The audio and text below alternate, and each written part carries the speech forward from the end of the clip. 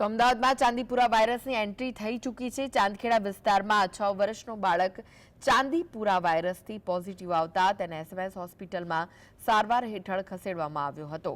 અમદાવાદમાં અત્યાર સુધીમાં કુલ 7 શંકાસ્પદ ચાંદીપુરાના કેસ નોંધાયા, જેમાં 3 નેગેટિવ, 1 પોઝિટિવ અને 3ના રિપોર્ટ હાલ બાકી છે। સરદારનગર અને અમરાઈવાડીની 11 વર્ષની 2 બાળકી સારવાર હેઠળ છે। મહેસાણાનો રહેવાસી 1 વર્ષનું બાળક યુવરાજ 2 દિવસ પહેલાં સિવિલ હોસ્પિટલમાં તાવ અને ખેંચ સાથે દાખલ કરવામાં આવેલું અને વેન્ટિલેટર પર હતું, જેનું ગઈ રાત્રે ડેથ થઈ છે। સસ્પેક્ટેડ અત્યારની જે પરિસ્થિતિને જોતાં suspected case of Chandipuram virus વિચારી અને એનું સેમ્પલ પુના મોકલવામાં આવ્યું છે, જે રિપોર્ટ બાદ આપણને ખ્યાલ આવશે કે પોઝિટિવ હતું કે નહીં। અત્યારની હાલની પરિસ્થિતિની વાત કરીશ તો 6 બાળકો દાખલ છે અને 6 બાળકના સેમ્પલ પુના મોકલવામાં આવ્યા છે ચાંદીપુરમ વાયરસ માટે। આપ સૌને એક નમ્ર વિનંતી છે કે પેનિક થવાની જરૂર નથી। ખાસ ધ્યાન રાખો કે મચ્છર માખી કરડે નહીં, બાળકોને મચ્છરદાનીમાં રાખો।